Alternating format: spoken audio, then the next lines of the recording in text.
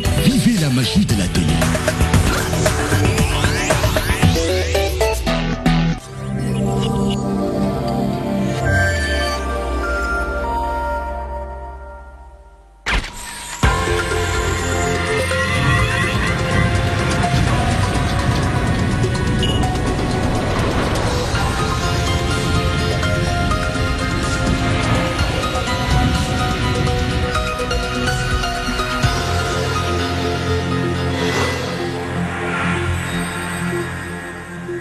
Le studio Mohamed Gaye alias DJ Mike vous souhaite la bienvenue fidèles chers téléspectateurs de la DTV amaana nañu mbégte lool teew file waxtu seen émission question de l'heure moo jot 5am ma delluwaat rek di leen jaajëfal ci topp bi ngeen di topp programme chaîne de télévision rawatina nag seen émission bi di question de l'heure atum 2019 li nag nekk numéro bu njëkk bu émission question de l'heure di seen émission hebdomadaire bi nga xam ne nag day dikk di waxtaane lépp lu jëm ci wàllum actualité politique sociale environnementale lépp loo xamante ni rek fa soxal askan wi dañuy toog fii di ko waxtaan askan woowu sax la ñuy jaare rek di leen ñaanal bonne fête wala sax ñu leen di ñaanal donc li nga xamante ni moom mooy ci at mi ñu dugg doon at naataange doon tamit atum prospérité waaye tamit doon atum jàmm rawatina nag élection yi nga xam ne moom lañu dëgmal ñu ñaan rek yàlla wis ci ndox mu sedd ki nga xamante ni moom la yàlla teg ci réew mi askanuk Sénégal def ko confiance mu mën a wéyal lépp lu jëm ci wàllum yokkuteeg réewum Sénégal actualité nag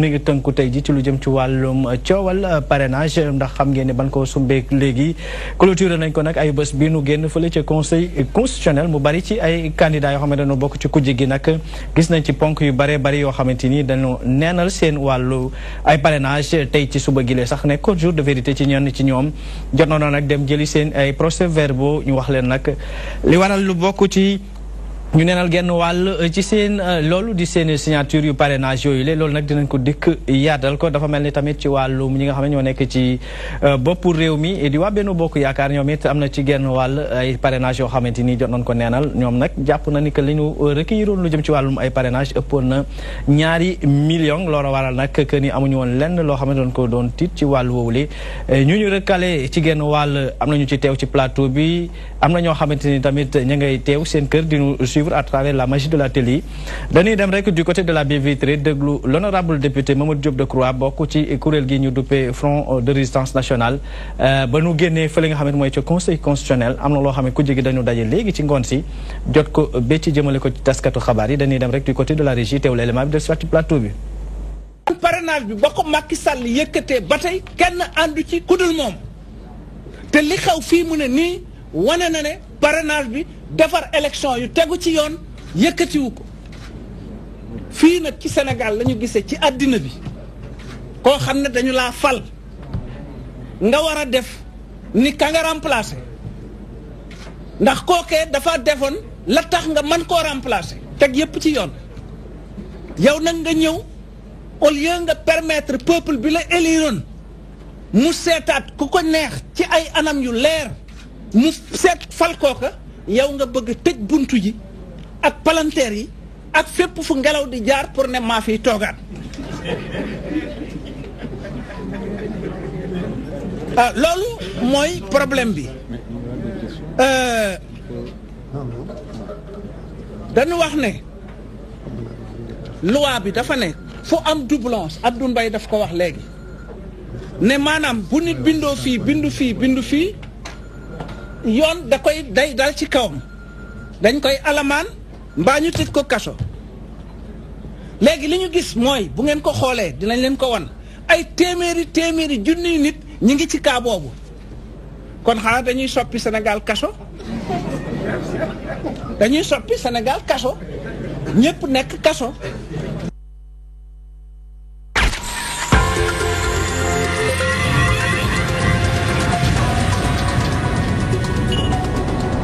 à l'instant donc l'honorable député Mamadou Diop Decroix bokk ci li nga xamante ni mooy Front de résistance nationale doon àddu nag lu jëm ci wàllum parrainage bu ñu dikkee ci plateau bi am nañ mbégte loolu di ci dalal ki nga xamante ni mooy Mamadou Badiane tey nag moom dañu am mbégte dalal ci plateau bi ak gaynde ndax moom surnom gaynde la excellent jàmm ci plateau bi. ñoo ngi lay nuyu monsieur Sow donc di nuyu suñu naataango yi ñu toogal donc di profiter aussi ci occasion bi di leen présenter nos meilleurs vœux ci at bu bees bi. donc di leen ndokkal bu baax et puis du ci ñaanal Sénégal élection yi ñu passé ko ci jàmm ak salaam ba bu jeexee nit ñi continuer ci seen koom-koom te dara du leen ci fekk. bu ñu dikkaatee par rapport ak kàddu yi l'honorable député Mamadou Diop Decroix leader donc de AJ/PADS mu jàpp ne bu dee dañoo tënk rek ci li nga xamante ni moom mooy loi bi bari na ci Sénégalais yoo xamante ni ci kaso bi lañ jëm. waa xam nga parrainage bi. Mamadou Diop Decroix li muy wax du deñ parce que loolu mi ngi nekk ci article L57. nekk double sanction bi ci war a nekk. donc double sanction bi mooy maanaam dañu ni yoon dane parrainage bi donc doublon yi ci nekk ñi koy def donc dina am sanction ci ki ko andi parce que dinañ invalider yooyu parrain mais aussi du ñàkk ñi nga xamante ni ñooy parrain yi ci seen bopp yoon topp leen te tey ji boo xoolee peut-être sax egg na 10% du fichier ñi nga xamante ni li jot a dugg feeñ na ni c'est des doublons et que ñooñu bu yoon naree dem jusqu'au bout vraiment parce que yoon nag day dem de façon globale amul demi-mesure amul xaaj ak seen donc ñooñu ñëpp tey yoon da leen a war a topp et loolu day wone encore une fois maanaam imperfection yu rëy yi nga xamante ni am nañ ci loi bi parrainage bi et que tout le temps nit ñi depuis le début ñu ci doon wax tout le temps dafa am sama benn waay bu may wax ni la loi sur le parrainage da nga koy méngale ak benn bouteille bu ñu def ndox ba ci digg bi ñenn ñi buñ ko xoolee dañu naan bouteille bi maanaam fees na ba ci digg bi ñenn ñi amul dara ba ci digg bi donc suivant gis-gis bi te ñun par exemple kuréel gi ma représenté fii ci plateau bi ak man mii depuis le début nous avons fait face maanaam jàkkaarloo nañ dénoncé nañ yuuxu nañu ndax loolu waral bés bu njëkk ba ngeen dem fa sax baam sa leader am na loo xamante ni tegoon na ci koom El Hadj Malick Gakou le 19 avril on se souvient ñun ñëpp que le 19 avril bañ koy voté xeex nañu ci mbedd mi ba muy moom di man nii police centrale la ñu fanaan jour boobu donc pour wane rek que ni loi bi ñun yàgg nañ ko dénoncé parce que gisuñu ci woon njëriñu Sénégal lu tax gisuñu ko ci woon mooy bu njëkk bi mooy loi boo gis rek dafay am esprit am lettre maanaam dafay am âme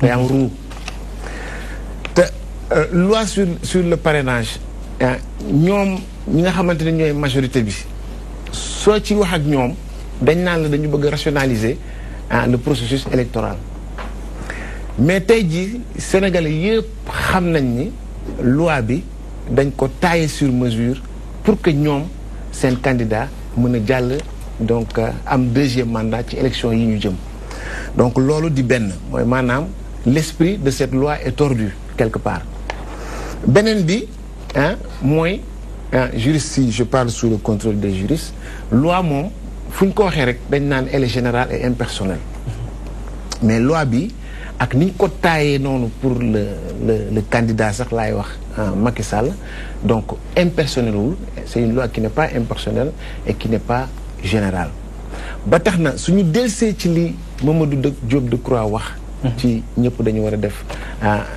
dem prison ñooñu les doublons là mën nañ ni tey le conseil constitutionnel du sax juge des poursuites mais tey stock bi nga xamante ne ay doublons la ma nga fa mën na ko jébbal par exemple yeneen cours yi le procureur par exemple mu engagé ay poursuites parce que loolu la war a def et que léegi nag le problème qui va se poser mooy lan mooy doublons yooyu fan la jóge ak ñoom ñi nga xamante ni parce que foofu da ngay andi la préséance bi taxoon le 11 décembre Mimi Touré ak ñañu àndal ñooñu ña créé seen liste jiitu fa ndem jiituñu fa sax mais avec la complicité dañu fa nekkoon ñu créé seen risque ba le président Malick fekk leen fa déchirer liste bi ba coow li ñu kur parce que moom moment yooyu il avait compris que l'enjeu principal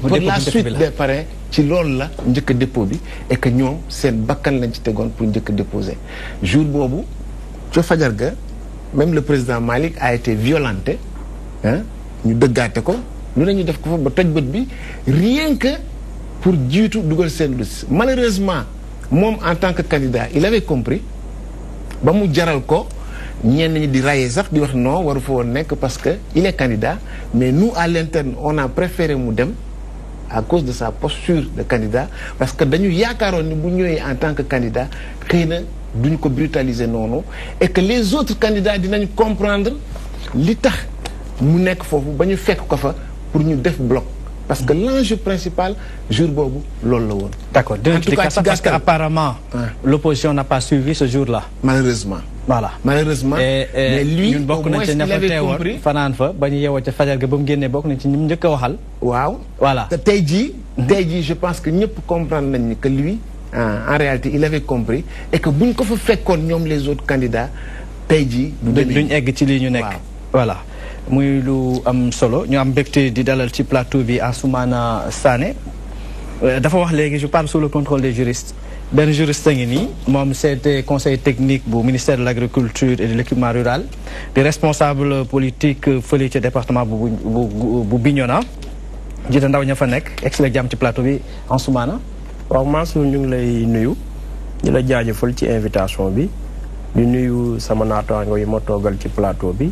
Doyen Gaynde maa ngi lay nuyu di la sant sama xarit sama collaborateur ci biir parti bi Mbaye Sène tamit maa ngi koy nuyu di nuyu itam suñu co-débatteur bi jot a teew di profito ci plateau bi di souhaiter bonne et heureuse année à tous les Sénégalais di ñaan yàlla rek ñoo xam ne yàlla jëlee na leen fi yàlla xaare leen àjjana ñi nekk ci hôpital yi yàlla mun leen fa fëggal seen bopp ñu génn dellu seen kër ak jàmm ñu nekk ci ay tawat yàlla faj ko ñu nekk ci am yàlla tam may leen xolu yéene ngir mën a partager ak sénégalais yi nga xam ne tey seen loxo jotul seen ginnaaw. Si je prends au mot Gaynde ni mu ko waxee léegi c'est une loi taille sur mesure alors que caractère loi moom c'est que généralité la ba pare c'est impersonnel.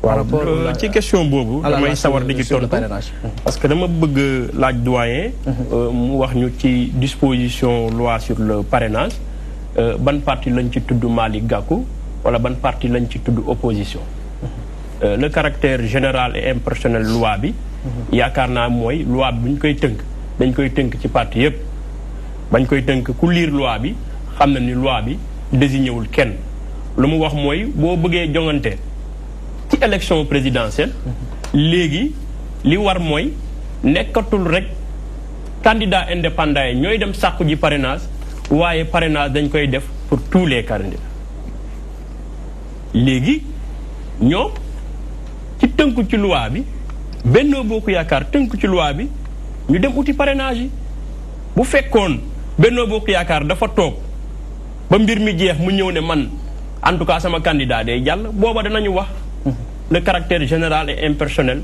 n'est pas effectif waaye ñun ñii di Benno Bokk Yaakaar ñëpp gis nañu ci terrain bi ñi wut ay parrain comme ñëpp jege askan bi di leen sàkku ñu ñëw parrainer président Macky Sall pour mu am deuxième mandat.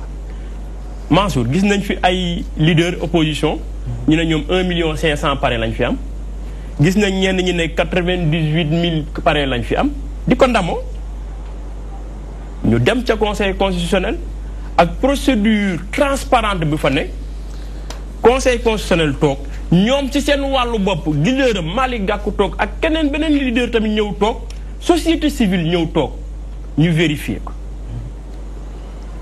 ña xam ne am nañ problème mu doublon ak yeneen motif ñu ne leen dem leen ngeen xoolaat na ngeen di ñëwaatee pour ñu mën a yeggali mbir mi am na ba am déet am na te mënu koo weddi fii leaderam tamit du ko weddi loolu weesuwul transparence donc caractère ciblé bu muy wax ci loi boobu noonu damaa bëgg mu wax ma fan la nekk parce que amul fenn ñu dellu si waat ci benn wax gis nañ ko ci élément bi ngeen teg Decroix nee na loi bi Macky Sall rek a ci d'accord waa ñoom ñi ci d'accord lu tax ñu dem uti parrainage di ko ndamoo itam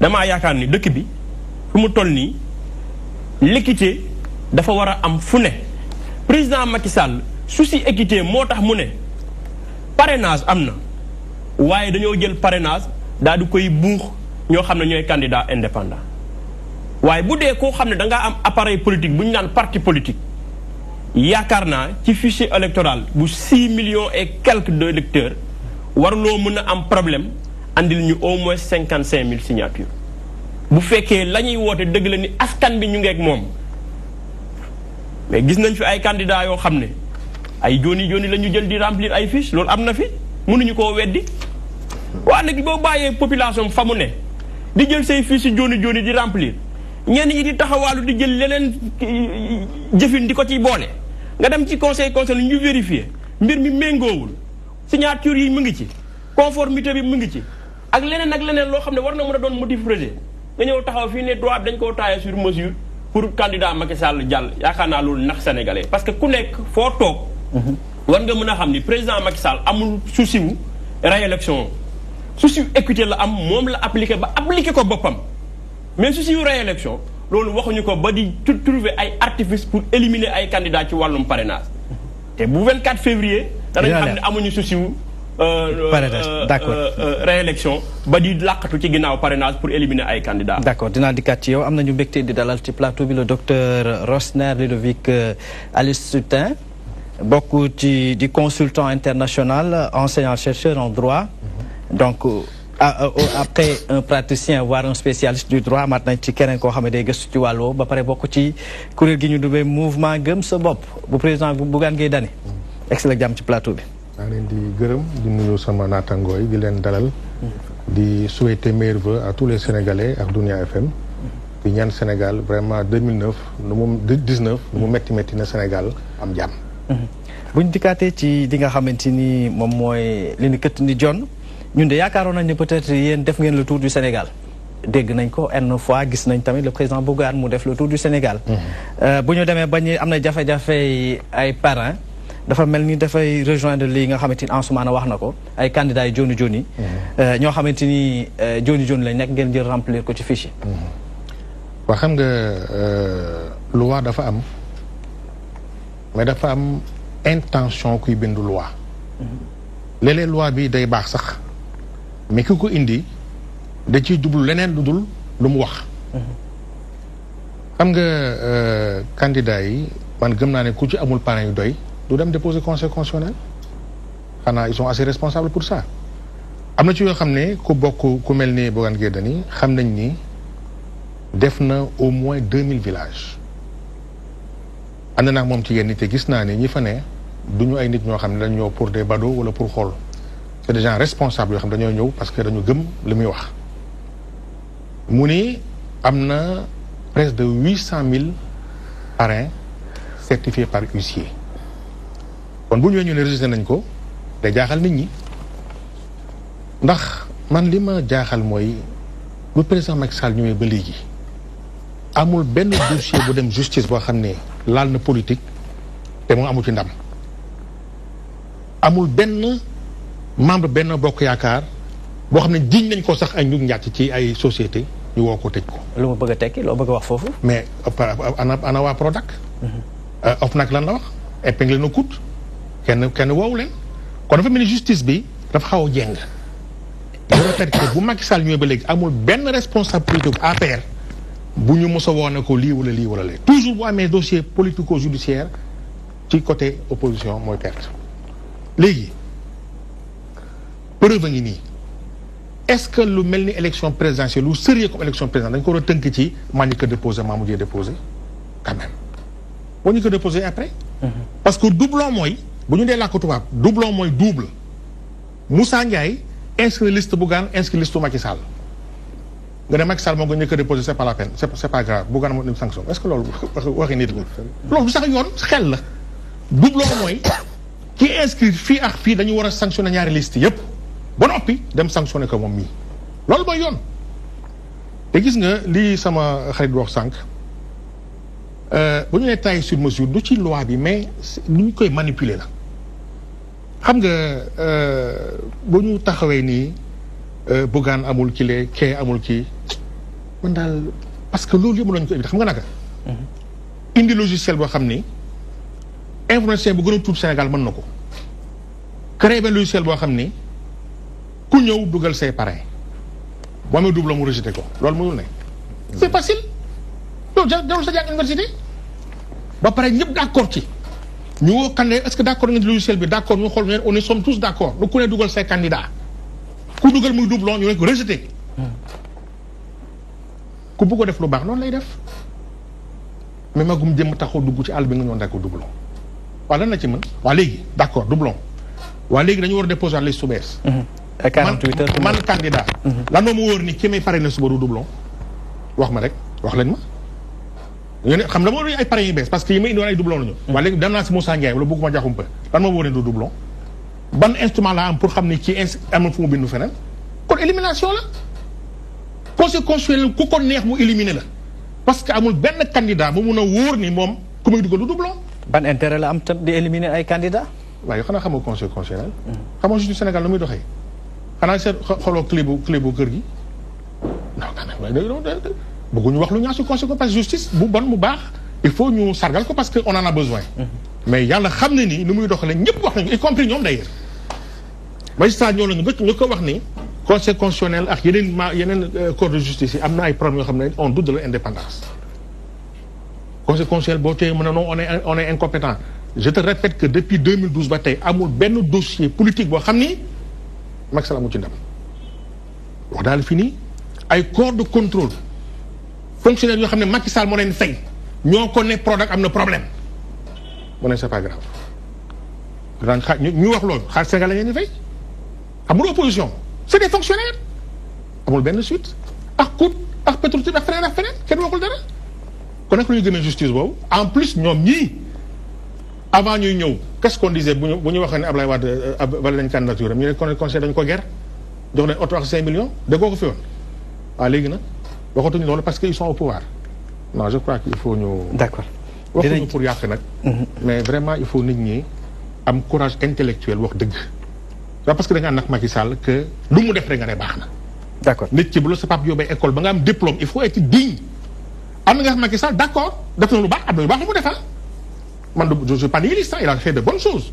Mais boo gisee lu mu def ni am na mu def la xam ne baaxul mais il a le courage de le dire. D'accord mais lépp lu mu def rek baax na. dinañ ci dikkaat léegi am nañu mbégte di dalal ci plateau bi Mbaye Sène bokk nag ci coow li fi mu toll nii parce que bokk na ci pôle parrainage bu Benno Bokk Yaakaar di chargé de mission fële ca primature.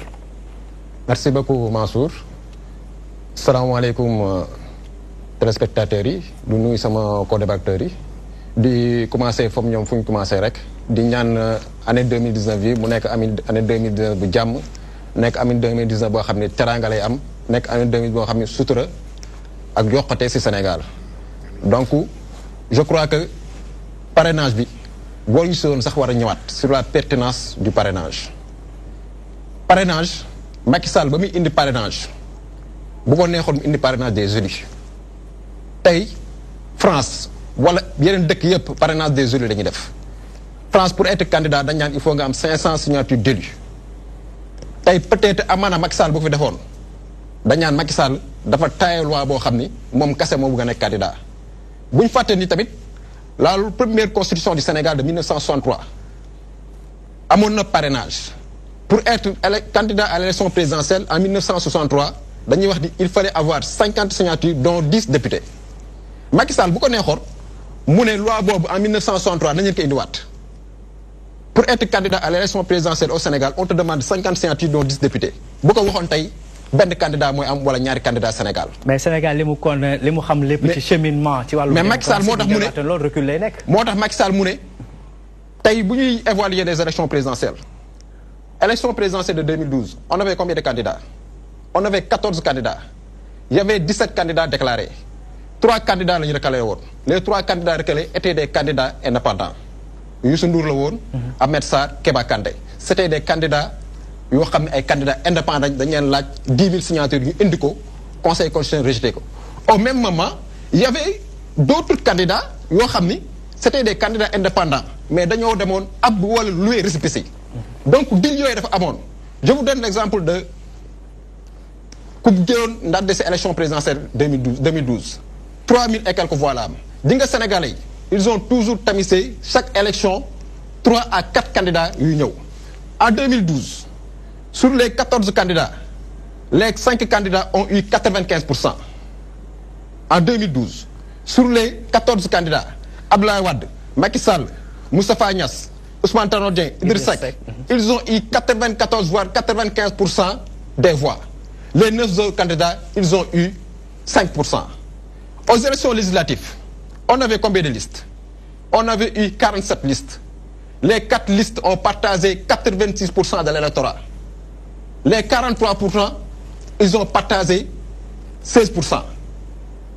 Taï, bu ñu jël élection législative, Taï, 47 listes, il a fallu que nous jël un amendement pour permettre aux Sénégalais de jël 5 bulletins. Mais si Taï, bu ñu defoon loolu, ñu ne chaque Sénégalais da ngay dugg nga jël bulletin par bulletin 47 bulletins nga dem ci urne bi nga jël nga dugal sa bulletin candidat nga dugal ko nga ñëw voter, on aurait passé à 1 semaine pour voter. Donc le rôle aussi du président de la République, c'est d'apporter par rapport à régularité et irrégularité à mon, apporter ici par rapport à des solutions. Est-ce que c'était la meilleure solution? C'est la meilleure solution. C'est la meilleure solution. La preuve, ben oubé liste de candidats au niveau du ministre de l'Intérieur, il y avait 117 candidats qui ont dem récépissé pour fichier pour participer aux élections présidentielles. Ça veut dire que avec les 300 partis qui existent, on taille parrainage bi bu amul won 117 candidats yep amul won dara lu len di meuna téré pour ñu participer aux élections présidentielles. On a vu les Thierno Bocoum, on a vu sa scène, on a vu d'autres candidats yo xamni tay demone nañ wuti parrainage. Ana ñu ñoo ñep mataluñu mais parrainage bu amul won pour être candidat à l'élection présidentielle. L'aspect financier lañ tégon. Abdoulaye Wade dafa fogon ni caution bi pour être candidat à l'élection présidentielle, il ne faut pas oublier en 2000, la caution était de 3 millions. En 2007, Abdoulaye Wade a jugé que la caution était de touti. Nous avons 3 millions, Abdoulaye Wade a 25 millions. On se retrouve avec 14 candidats. Abdoulaye Wade a jugé donc la caution était de touti. 25 millions, donc, nous utilisons en 2007, ça n'a pas permis de réduire les candidatures. Abdoulaye Wade a à 25 millions, Diop à 65 millions. Mais ça n'a pas empêché que le candidat ait gagné. Mais Macky Sall Denis n'est que l'aspect financier un blocus pour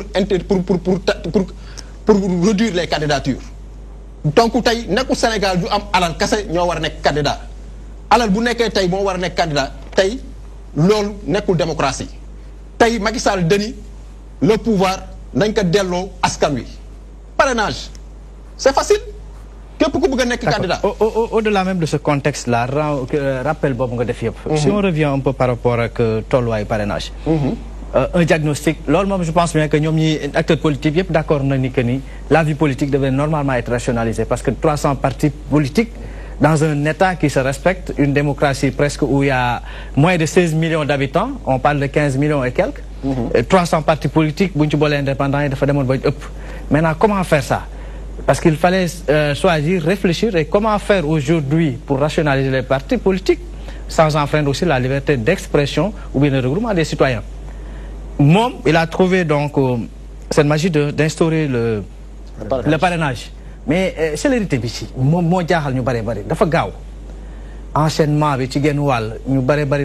peut-être qu'on avait le temps de réfléchir. Nous baillons le temps, nous baillons mbir mi ñor ñu kiko mais bu fekké da nga dëgg ñew rek teuf li dañ ko wara tek mom coûte que coûte voilà té ñepp té yaakaar concertation consensus lañu wara mëna sax xamna ni consensus dina jafé am ci réew mu melni Sénégal sax mais au moins que une bonne partie au moins ñi nga xamné ñom ñoy c'est de la vie politique ñu d'accord ci. Il ne faut pas oublier quand même que dañu wara tirer les leçons des législatives. Kenn wérante wul que ni législative li amone mom 47 les c'est trop. Effectivement. Donc tay wax ma président de la République fan la woy opposition bi ci dialogue ñu wuyu ko président wolo leen par rapport ak pétrole ak leneen ils ont boycotté président lepp lu mu leen wo pour ñu échanger dañuy boycotté donc nit mëno lepp lu ñu wo nga boycotté ko Sénégalais yi sen bat Macky Sall lañ ko dénk Macky Sall moom moo war a doxal réew bi donc nit mëno nek nak opposition ak pouvoir dañoo war a chaque fois di waxtaan. Mais à chaque fois que le ministre de l'Intérieur, à chaque fois que le président de la République appelle à des dialogues, nous ne pouvons pas faire. Ben affaire moi ma Sénégal, il y a politiciens man quand on parle dialogue buñ ko fi waxé rek ci élection lañ jëm. Parce que je pense bien que dialogue aussi dafa wara nek lo xamé c'est permanent, ñu wara mëna tok di wax ci ñepp di ci waxtaan. Pétrole ak gaz bi du politique. Pétrole ak gaz bi c'est le devenir du Sénégal moom le président woo opposition woo Sénégalais woo société civile woo ñëpp nañ leen jox kaar ñu dialogué. président yemul tout simplement sur des aspects politiques. et ñooñu nan la leen woowee. lépp lu xew. nan la leen woowee je veux dire ban nan la leen invité. non de manière nu ñu may war a invité ñun ñëpp ku nekk saisir nañ la. Ousmane Sonko moom nee na président saisir na ko. ñeneen parti yëpp ils ont reçu des invitations. mais ils ont lu toll ni pétrole ak gaz mën nañu ko waxtaanee ci tamit avenir pétrole ak gaz mën nañu ko waxtaan ci génn bëccëg. non processus sa. processus sa lépp loo gis daa am tàmbalawaay. donc tey bu ñu ñëwaat si parrainage bi je crois que tey Sénégalais yi ñëpp jugé nañ la pertinence du parrainage. d'accord dinañ ci dikkaat parce que am na loo xamante ni bëgg nañ koo xam tamit waxuñu ko waaye heureusement ba l'envoyé spécial waxaat na ko ni que ni yéen parrain yi ngeen déposé am na ci yoo xam ne recalé nañ ko. parce que ñu baree bari ci genn wàll jàppoon nañ ni que ni yéen dafa mel ni c'est passé comme lettre à la poste bu ma dellusiwaatee ci yow Badiane monsieur Badiane. waaw ponk yi yaakaar na ni yéen vous avez vu venir mais seulement waajalu leen woon seen bopp. pourtant si xam nga moom mi ngi tudd sax ndamoo. gis nga parrainage bi injustice bi ci nekk moo rëy en fait. et je m'explique. mais wax na la caractère am na tamit lu mu wax lu am solo yow ci ban article nga gis foo xamante ni dañoo cité nommément que ni Gakou moom dañoo bëgg a def la. non monsieur Ludovic ñëw na ci. c'est-à-dire que intention bi nekk derrière moo tax loi bi ñuy wax liñ ciy wax.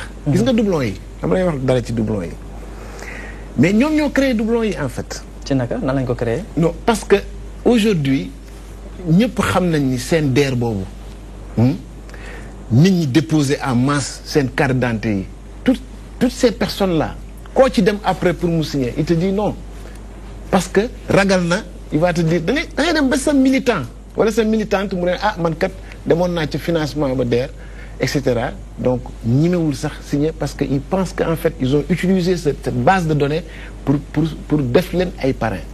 mais bu doon base de données rek. mooy li ñu waxal li ñu waxal li ñu waxal non mais attends. mooy li ma la wax c'est-à-dire que mooy injustice loi bi. ils ont créé des parrains ba pare ils se sont arrangés pour que préséance bi ma la doon wax sànq. donc maanaam stock de référence bi nekk Benno Bokk Yaakaar. ce que nous avions compris et malheureusement mënuñu ci dara benn moment donc stock de référence boobu bu nekkee seen liste et que ñoom ils ont fait signer des gens yi nga xamante ni c'est même pas des militants à la limite de la paire moo tax ñu yuuxu di wax ay am nañu 2 millions de parrains et cetera à gauche à droite donc loolu c'est injuste ça veut dire que donc à ce niveau même loi bi vraiment amul njariñ parce que tamit li ma lay wax naan la c'est pas une loi générale impersonnelle ñoom ils n'étaient pas concernés finalement par les doublons parce que ñoom ñooy stock de référence bi muy benn deuxièmement il parle de ñëw ñu waxtaan mais il y a eu la concertation loi sur le parrainage kenn àndu ci woon en réalité mais bu ñu paree loolu rek lañ ci jël les gens ban option la ñu jëloon le bulletin unique on avait dit mais tout le monde a dit bulletin unique moo ñu gënal mais il dit que le Sénégal n'était pas prêt pour ça indi parrainage am def forcing am et cetera li tax ñuy ndamoo jëlal l'article 53 du L53 bu autoriser tey candidats yi ñu mën a disposer du fichier électoral ñun ñi demoon ministère par exemple de l'intérieur ba ñu demee dañu dugg génnaat parce que un portail lañ leen ubbil ni leen acca ku nekk ñu tegal la clavier ni voilà mi ngi noonu. parce qu'on est à l'ère du numérique aussi. oui mais il y avait aucune possibilité vraiment d'accéder au fichier véritable parce que xamoo sax lan mooy fichier man sax je suis un peu contre ñi wax naan il y a 2 fichiers man pour man il y a benn fichier moo am mais les fichiers c'est des fichiers à un moment T wala à un moment ak beneen moment T maintenant c'est un problème de mise à jour qu'il faut faire tous les jours pour am un fichier normal. mais fichier bu amul ay mise à jour day am 3 fichiers tu peux avoir 3 fichiers sur un fichier parce que mise à jour yi ñëwul peut-être si fichier bi nekk Singapour ak fichier bi nekk Jolof c'est même pas pareil à la limite. comprendre li tax ñuy ndamoo nag. mooy ñun par exemple le grand parti on était 6e sur les listes de passage donc ça veut dire que juróom jiituñu ñi nga xam ne ci la ñuy trier suñuy doublon balaa ñuy egsi ci ñun et ñu ci may profito vraiment de féliciter le président Malick ak l'ensemble des militants du grand parti nga xamante ni vraiment ils se sont battus sur le terrain pour andi ay parrains parce que forcé nañ loi bi à cause de cette majorité mécanique mbir la waaye indi parrains yu baax it mbir la. mais on a am ay parrains yu baax la ñu andi parce que ñun li ñu déposé ak doublon yi ñu am ak position bi ñu nekk gàcce ngalaama. donc pratiquement parce que stock bi ñu andi 65 millions yi ñu andi déposé ko conseil constitutionnel ñu trier ba ñu ni andiwaat leen peut-être vous avez 8000 doublons wala 8500 doublons stock boobu ñu indi woon muy 66000 tey jii yor nañ beneen 66000 bu ñu mën a andi déposé waat ko. boobu bu amee doublon nag bu dee 66000 yëpp ay doublon. loolu la doon wax c'est ça le problème.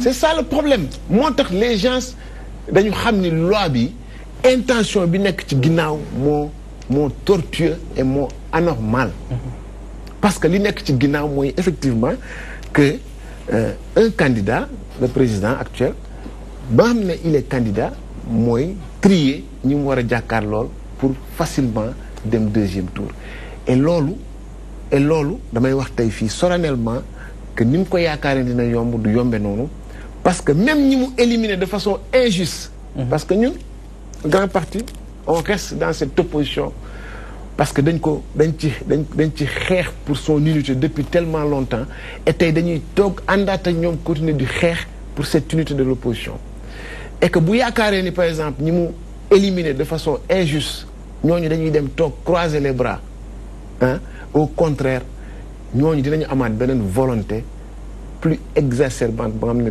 dinañu permettre ñu nekk bloc bu jële ko ci bopp réew mi parce que tous les jours que Dieu fait le président de la République pose ou développe des signes cliniques et injustes de monarque et c'est pas normal fi Sénégal egsi ci démocratie. En termes de démocratie en ce moment l'intention dit souvent que ça vaut l'acte.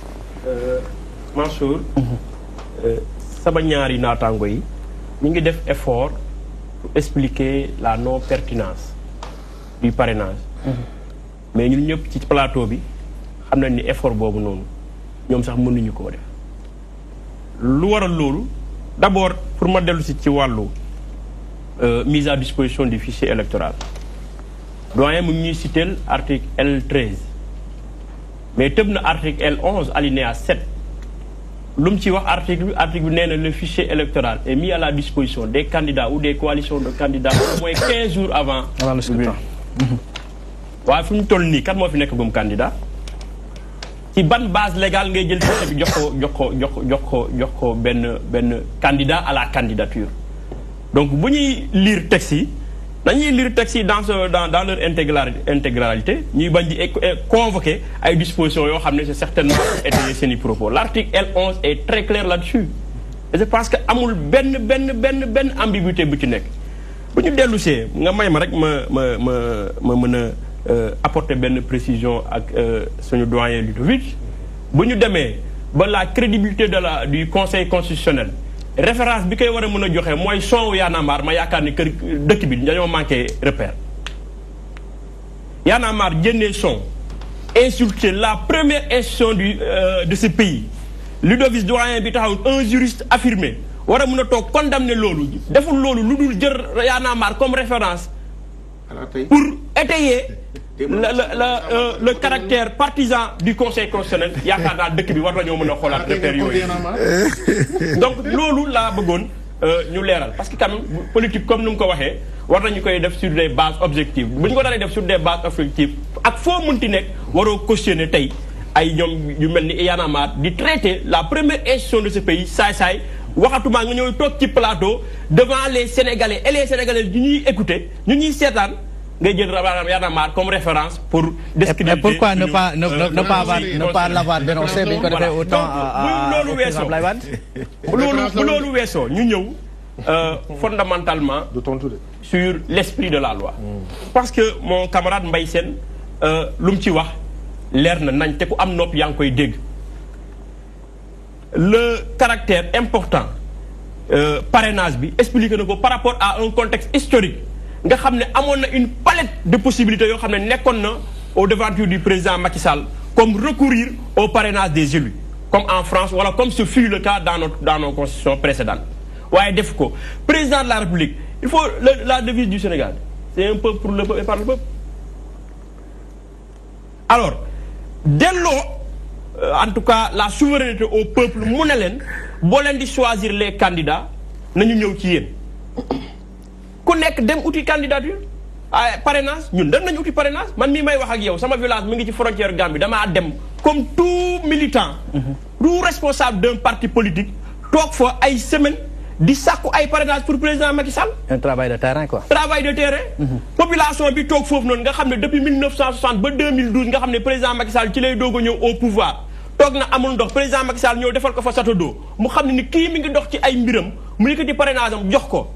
Ñoo xamné ñi ngi togon depuis 1960 ba 2012 président Macky Sall di ñew xam ñu li poste de santé président jël à travers le PUMA tek fa poste de santé. Ñoo xamné xamuñu lu ñuy wax bourse de sécurité familiale président Macky Sall defal leen ko ñoo ñu jël seeni parrainage jox ko président Macky Sall ñu delu fi duggal ko ci fichier bi lolu ñu valider ko nit ñi tok di jël ay joni diko duggal ci biir fichier bi ñu recalé leen nit ñi taxaw ñu né Macky Sall mom mo leen recalé ñoo wante deug nak loi mo leen recalé loi mo leen recalé té comme dama ko waxé won sax dama ci delu soir parce que lolu tam mom moy am c'est les faits gis nañ fi ay candidats yo xamné dañ ko doon ndam Mansour nit ñom am nañ 1,500,000 paré kokal la candidat Ousmane Sonko wax nako amna 1,500,000 paré ñen ñi taxaw nañu né bo démé ci gox goxani woné nañ ni ki président Macky Sall est impopulaire waye ñu impopulaire kay parrainage yi woné nako donc dama yakane dañu wara dello à de meilleurs sentiments mais surtout à une objectivité yakarna la loi sur le parrainage justifie une pertinence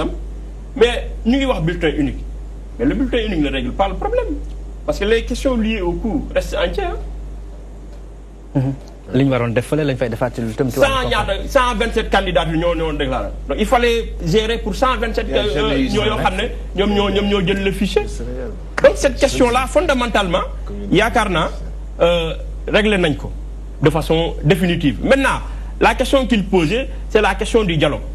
Mais combien de fois le gouvernement du président Macky Sall wote fi dialogue opposition boycotté waxtaan ñaara koy sék ko wo pour ñu dialoguer mu bañ te yow tu as la responsabilité constitutionnelle de définir la politique de la nation yakarna do fi tok di xaar Ludovic est-ce que du fofu ngeen raté le coche ci dialogue bi mu leen wo concertation yooyu ñu leen wo demu leen ci surtout yéen waa gëm sa bopp parce que gis naa ni que ni ku jégi sax liñ daan def di góorgóorlu sax di dem fii di ñax toog yooyu yéen moom yéen a ngi woon ci biir dëkk bi waa xam nga dialogue boo ko wootee il faut nga am ci sincérité parce que boo wootee dialogue ci jamono boo xam ne mënul am la nga ca jublu rek mooy ne ñëpp wax ne woote nga waaye xam nga kenn du ñëw ndax les premiers dialogues lu ñu fi waxoon alors on rappelle concertation nga jël le principal parti d'opposition muy PDS nga tëj seen candidat Nations Unies ne la détention arbitraire nga kaa ñu dialogué noonu dialogué parce que fitna bu amee dialogue mënul am xam nga li ñuy réeree mbir mooy élection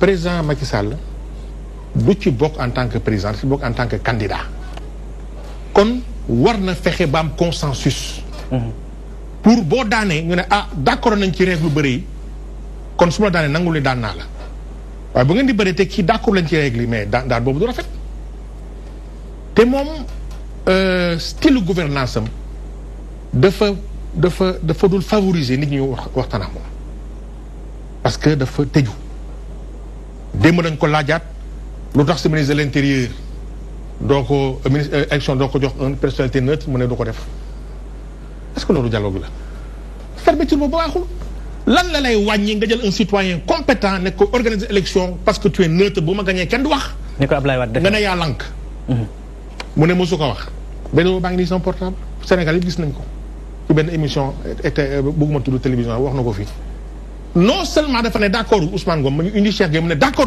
Cheikh Gueye parce que Cheikh Gueye ba léegi Ousmane Ngom moo ko yilif te démb nee na mosu ko wax kooku mooy sa président mon ami loolu aussi ah waaw d'accord mais au moins l'honnêteté d'accepter la critique parce que man xam nga man loolu moo may jaaxal quoi parce que loo topp président tu es un intellectuel am nga jabar am nga doom am nga yaa am nga pap teyel sa dignité waxal dëgg bu defee erreur nga def nga erreur en tout cas ñun c'est comme ça qu'on fonctionne ah bugaan ngee jene moom ñu de dañu ne gënuñu bàyyi bu defee erreur dama ko koy wax su ma defee erreur mu wax ma ko loolu mooy ànd ci ngor waaye foo toll Macky Sall bilan lii mais lu tax doo wax lu bon lu est-ce que lu def yow baax na yonent bi sax bu jullee ne astafirlah maa gën ci mu def waaye xëy na juum naa yàlla te yëguma ko yéen ngeen bëgg jàpp Macky Sall lépp lu mu def baax na doo leen mos a dégg ñu wax fi ay crise c'est pas normal kenn waxul li parrainage baaxul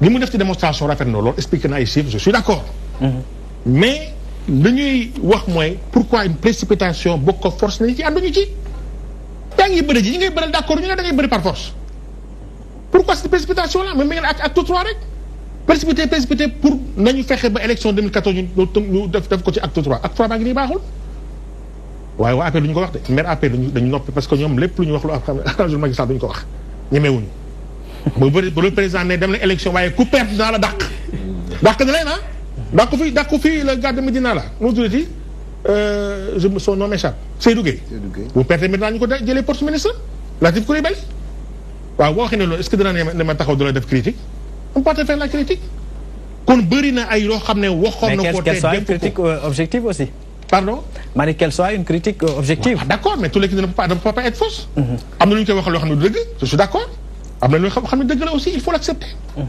yaa ngi dem élection mais lépp lu ñu la wax nga bañ mais boo ko waxee que ni da ngaa bëgg a dem élection yow yaa bëgg a tànn mbër yi nga bëgg a bëreel ci ban critère nga teg loolu non xam nga yéen wax sax xëy na du am preuve à 100%. Mais boo xoolee lu ñuy wax en droit un faisceau d'indices maanaam ay faits yoo xam ne dañuy concorder ku jëloon 2 élections législatives Karim Wade ana mu exilé ku jël 3 Khalifa Sall ana mu kaso ñu ngi di éliminer ñeneen ñu bëgg ndax nit ñi naan validé nañu parrainage u PDS validé nañu parrainage u Khalifa Sall te xam ne duñu dem élection parce que xam nañu bu ñu ko nee validé loolu rek gars yi dañuy ànd xeex on les divise bañal Gakou nangul kii bañal kee pour diviser l'opposition loolu baaxul je répète la bonne foi mooy soo nee parrainage dimbali nit ñi pour duñu am doublon loolu mooy gor dimbali nit ñi pour duñu am doublon créer benn logiciel boo xam ne ku am doublon mu rejeté ko waaye bu leen tendre piège dem na uti kii nga ñëw njëkk a déposé xeex allez ku ñëw ñu ne am nga doublon moo tax ma ne aujourd'hui ku neex nguur gi mooy jàll ci élection yi parce que amul benn candidat je répète pour terminer amul benn candidat boo xam ne mun na waat ni ku muy dugalaat vendredi du doublon na koy xamee ku neex nguur gi moom mooy bokk ci élection yi bokku ci pool parrainage bu benn bokk yaakaar mbay loolu doyul waar cim réew ci démocratie Sénégal on est au 21e siècle man je crois que non président di tànn ñi nga xamante ñoom la bëggal demal élection dafa important je crois que nos co-débatteurs avant ñu ñëw liiruñu procès verbaux bi seen mandataires yi defuñu leen la situation d'accord kon expliquer ñu on est ouvert parce que moom lu mu wax mooy candidat bu nekk dañu war a indil logiciel moo am chaque candidat boo ñëw da ngay indaale clé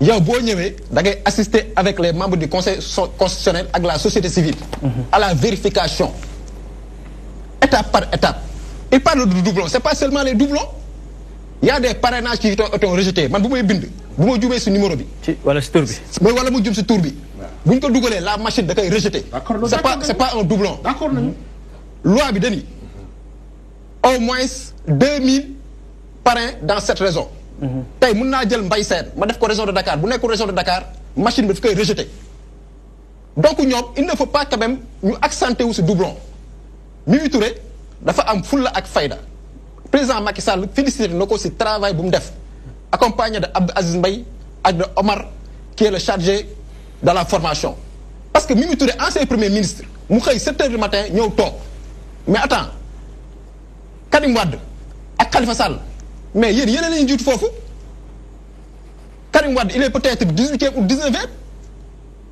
la coalition Sopi ndaxay bàyyi la rek donc ñoom lépp lu gars yi def ñu ne ndaxay bàyyi donc nit xam nga ñoom lan laa waroon gëm ñu génne procès verbal bi teg fii mais war ñoo basé wu exclusivement sur des doublons parce que nit boo indee yow nga toog en tant que mandataire ay kilifa wër la ñu dugal sa clé ñuy vérifier benn par benn s'il y a doublon machine day taxaw na la doublon si tur bi wala sant bi wala numéro 4 électeur bi baaxul machine danaan la yéen au niveau de benn bokk yaakaar ñaata lañ dindi si yéen am nañ 4000 et quelques yoo xam ni rejeté nañ ko et on l'a accepté xam nga lu gën a bon mooy. doublon de doublon de. xam nga lu gën a bon. mais doublon du seul motif. xam nga lu gën a bon. xam nga lu gën a bon. yow ñaata doublon ngeen am. xam nga lu gën a bon. ñu teg ñun ñëpp ñu accepter la règle. kenn waxu dara de ñu ne conseil constitutionnel 8 heures lay ubbi ku fa njëkk Sénat bi ay nekk premier ñoom waxuñu dara. Mimi Touré am full ak fayda 7 heures du matin mu ñëw toog. xam nga lu tax ñoom ñu nekki. añ ba suur bàyyi ba 14 heures nga ñëw fekk mu toog nga ni ko maa la war a jiitu. au nom de quoi. au nom de quoi alors que Mimi Touré personnalité bu mu yor dafa bàyyi charge am yëpp ñëw toog parce que lii daf ko yitteel dafa yitteel le président de la République. parrainage bi on a travaillé très dur au niveau de la coalition Benno Bokk Yaakaar supervisé par le président Macky Sall sous la conduite de madame Aminata Touré premier ministre. donc tey ñun ba ñuy dem travail bu ñu def daf ñu leeroon ni buñ njëkk dañoo war a teel a egsi ñëw toog indi suñuy ay documents clé bu ñu yor dañ see travailler de manière efficace mais ñoom seen candidat bu ñëwee mais mandataire bi ba ñu ñëwee waroon na génne procès verbal bi man seen conférence de presse j'aurais aimé ñu génne seen procès verbal chaque candidat. na ni ah man kat sama procès verbal ba ma demee nee nañ ma am ba 5000 doublons nee nañ na. les 2000 sur dans les 7 raisons lii kat respecté wuñ ko nee nañ kat am naa nombre tel yoo xam ne dañ ko rejeté parce que tur bi baaxul wala sant bi baaxul wala numéro de carte de la CEDEAO baaxul motif bi lan la. motif bi amul mais ñëw tey conférence de presse nëbb sa procès verbal boo xam ne jox nañ la ko on t'a notifié de manière officielle nga nëbb ko teg ko ne la dugal sa poche. yor sa lammi na ni dañuy xeex. waaw loolu ku jéggi nag war nañu koo leeral tamit. bi defi ku jéggi moom war nañoo mën a leeral tamit procès verbal yi lan moo ci nekk. ku ne jot na procès verbal xanaa nag war nañoo mën a génne procès verbal yi. non moom nee na 4000 et quelques rejeté nañ ko seen bos. mais boo xool motif bi ba tey. mais ñoom xam nga ñoom wax motif bi. xam nga ñoom il refuse de parler quelqu'un qu'on a rejeté 20 000. yow ñu ne sa candidature baaxul nga toog ne ni du ma wax sama motif man ma dem déposer 67 000 alors que au fond wax nañ le motif bi. déedéet man ma déposer 67 000. ñun notre candidat sunu mandataire Mimi Touré ba mu ñëwee exposé nañu quels sont les motifs de rejet ñoom ba ñu amee taxaw na ni dañuy def conférence de presse jàkkaarloo pour leer askan wi war nañu mën a teg procès verbal bi lire. na ni lii kat moo tax Macky Sall rejeté ñu. mais ñoom boo xoolee. seen langage yëpp si. non dafa mel. lii moo tax Macky Sall rejeté ñu. lanti. non attends. yéen ñoom ñooy wax loolu. c'est leur langage. waa léegi c'est leur langage. qu'on nous dise léegi comme nañu déposé parrain yu bees fan la ñu sukkandiku ba xam ne doo doublon nañu wax loolu. d'accord am na lu ci Abdoul Aziz Mbaye moom mu wax bokk ci pôle parrainage bi. àndoon ak soxna Aminata Touré lu mu ci wax waaye tamit lu ci Barthélémy Diaz wax. dama bëggoon rek ñu dem du côté de la régie ñu teewlu élément bi dellusiwaat ci plateau bi. opposition liggéeyul man maa ngi ci woon ci àll bi pour parrainage gisuma leen ñuy liggéey jooytu ci àll bi dugg ci ambassade yi nekk ci dëkk bi di jooytu mbiri Sénégal wala dem ci place Trocadéro Paris di jooytu billets yi nag dafa yomb ci ñoom trop parce que am nañu xaalis mais mënoon nañu toog fii ci dëkk bi nekk ak waa dëkk bi wut ci waa dëkk bi ak soutien ku wutul nag soutien ci waa dëkk bi bëgg a jël wax ci àll bi rek comme métier doo am soutien waa dëkk bi. Et je terminerai par là. Les Wolof disent cin su noree neex su baxee xeeñ du noonu. ci dëkk bi nag dafa am lu fiy xeeñ lu fiy xeeñ mooy troisième alternance. Elle est inévitable. Elle est inévitable, mais je vous donnerai 2 points sur lesquels je vous inviterai à réfléchir. Le premier point, Monsieur le Président Ousmane Sonko, avec votre coalition, vos amis, vos partisans, vous devez savoir que vous avez en face de vous, et nous avons tous en face de nous, un saay-saay bu ponkal, un saay-saay bu pata, un saay-saay bu maga maga maga mag. Et ce saay-saay-là, il a décidé de passer au premier tour et par tous les moyens. Par tous les moyens.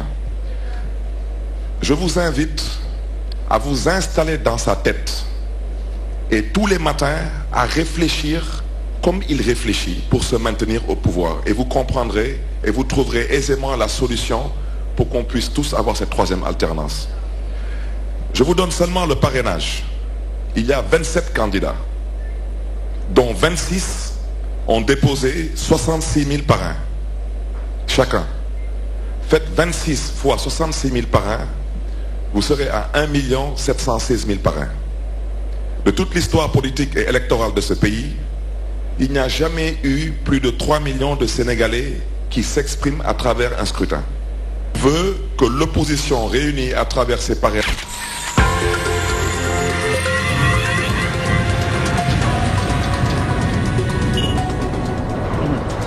Mamadou déglu nga kàddu yi Abdoul Aziz déglu nga kàddu yi Barthélémy Dias Abdoul Aziz nee na liggéeyu tayel yéen ñoom te yaakaar naa ne Ansoumana wax na ko moom mi ngi dëkk ci frontière Gambie ba delluwaat dëkkam ba rey boppam ci ay parrain yéen ngeen bëgg a toog Dakar bëgg a wut ay parrain loolu tamit liggéey la boo xam ne est-ce que amoon na sérieux ci genn wàll.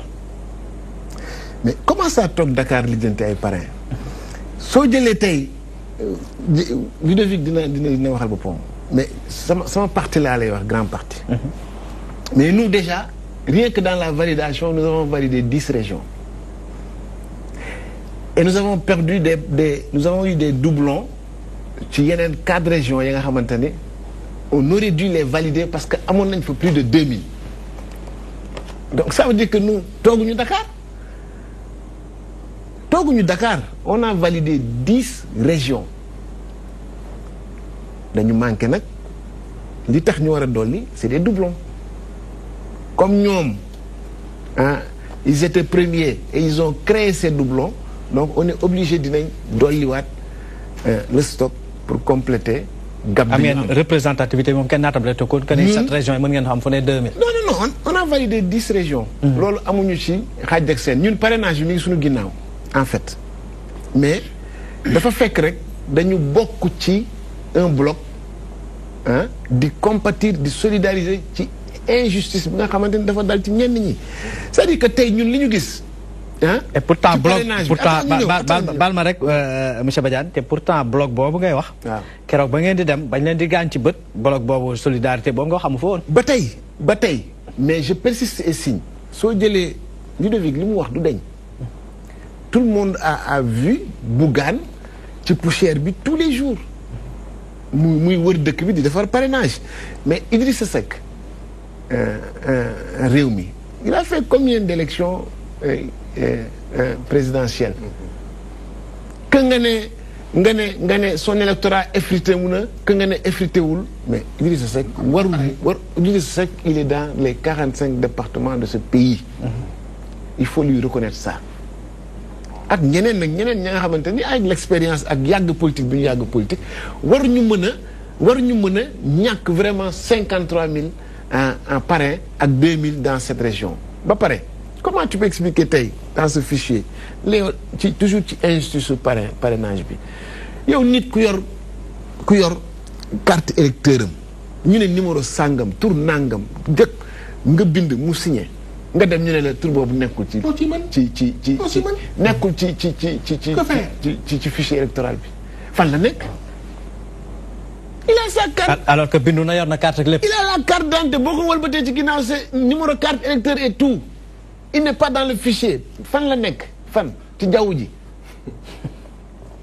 c'est des choses que les gens ne peuvent pas personne ne peut expliquer gis nga tey dañu waxante dëgg au moment fi ñu toll nii Sénégal dañu war a taxaw ñu càmbar fichier bi. est-ce que c'est pas trop tard. c'est pas trop tard. c'est pas trop tard fichier bi dañ ko war a ubbi spécialiste su xool ko càmbar ko ñu defar ko ba mu normal parce que xam nga lu tax Sénégal jàmm rek lañu xam. pendant toutes ces années on n'a jamais eu de trouble wala bu commencé tamit suñu kilifa yi dañ koy fay très rapidement parce que c'est un pays de dialogue après réewum jàmm mais mënuñu pendant depuis législative yi élection législative yi par exemple xoolal ni mu demee. c'est les élections législatives les plus minables que le pays ait organisées depuis des décennies et des décennies kenn xamul yooyu élection yenn élection yi te loolu ci Macky Sall la am ba pare ñu continuer parrainage ñëw ñu naan def na lii mais ba ci li nga wax sànq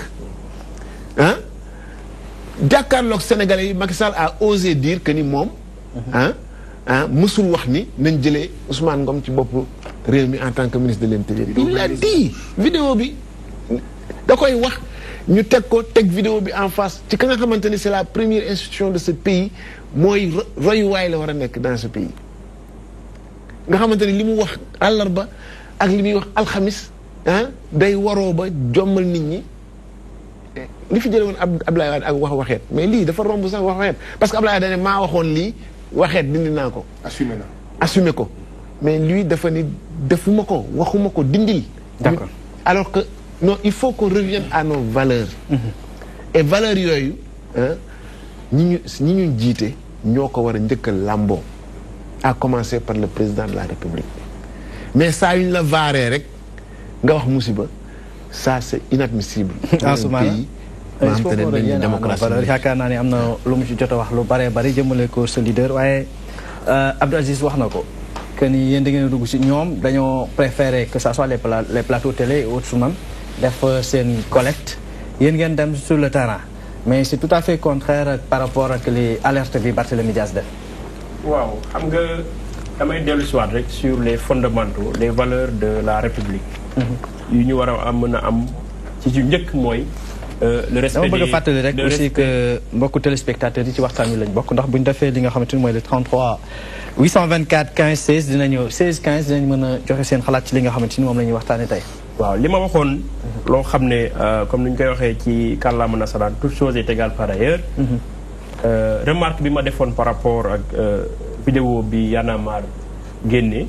te suñu doyen Ludovic jël ko comme référence sur le conseil constitutionnel. remarque boobu laay defaat encore ci propos Barthélémy Dias. yaakaar naa la première institution de ce pays mérite respect. parce que la fonction de président c'est quand même sacré. Il faut le reconnaître et c'est un maire, un institutionnel, un ancien parlementaire qui parle.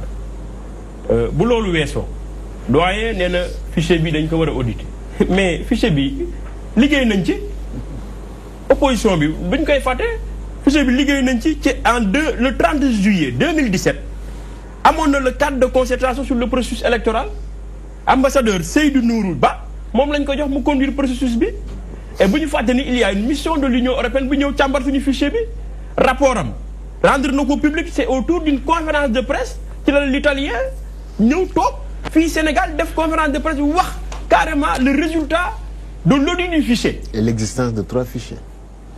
waxu ko fenn ñoom si seen wax la. 3 fichiers yooyu ñuy wax benn fichier général moo am te l'article L39 ay daf lu mu ci wax dafa leer ni ki benn électeur ci benn fichier rek nga mën a nekk mooy le fichier général. donc yaakaar naa wax jooju noonu ñoom amuñu fenn fu ñu koy mën a sukkandiku du point de vue historique du point de vue légal et du point de vue de l'opportunité politique du parrainage te fichier bu ñuy laaj dellu siwaat naa waxoon naa la ko sànq nee naa la l'article L11 alinéa 7 du code électoral est clair, net et précis et sans ambiguïté aucune. Le fichier électoral est remis aux candidats ou à la coalition de candidats au moins 15 jours avant les élections. Donc, yakarna article suma ko lire mom juriste la amul interprétation amul. Non ben interprétation mënu fee am doyen lolu mom mën na la défier ak fuñu mënti dem ni ki interprétation possible amul. À l'état actuel du processus fini kenn mënul wax ni man maay candidat parce que ñu ngi ci parrainage. Mais il y a les autres conditions de validité de la candidature. Excès guñ ci. Baal ma rek en suma jël mbokku téléspectateur bi nekk ci ligne bi allo salaamaaleykum.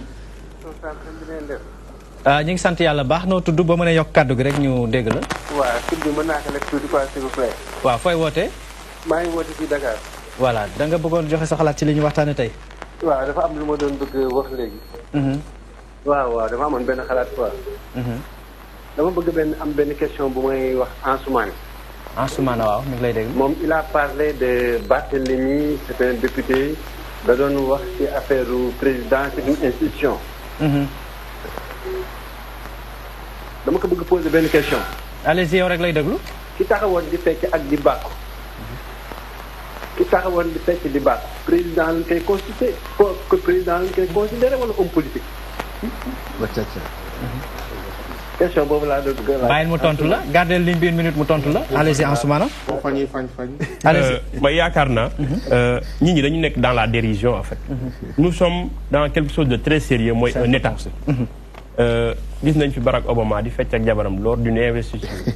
gis nañ fi Emmanuel Macron. gis nañ fi ñeneen ak ñeneen des présidents africains. mais est-ce une raison pour que ñuy traiter un président de saay-saay. yaakaar naa la réponse se donne d'elle-même. mais Mansour ñu dellu si waat ci benn mbir. wax naa la sànq man sama village mu ngi ci frontière u Gambie. président Macky Sall def fa piment. ay benn candidat comme Bougane Gueye Dany.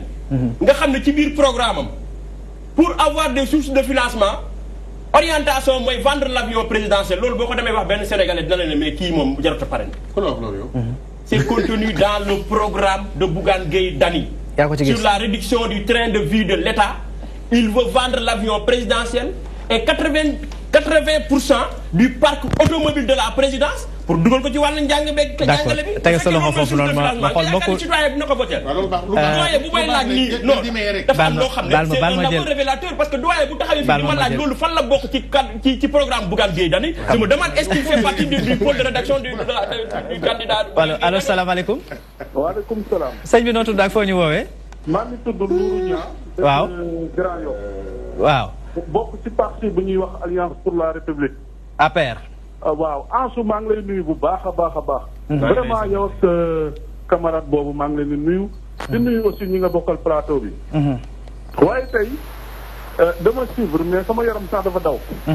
parce que tey damay gis ni juriste boobu toog noonu moom alors xam naa ko bu baax ndax daan naa ko déglu di nekk jamono. ay jamono politigul woon waaye xam naa ni ni ko gars yi di waxee.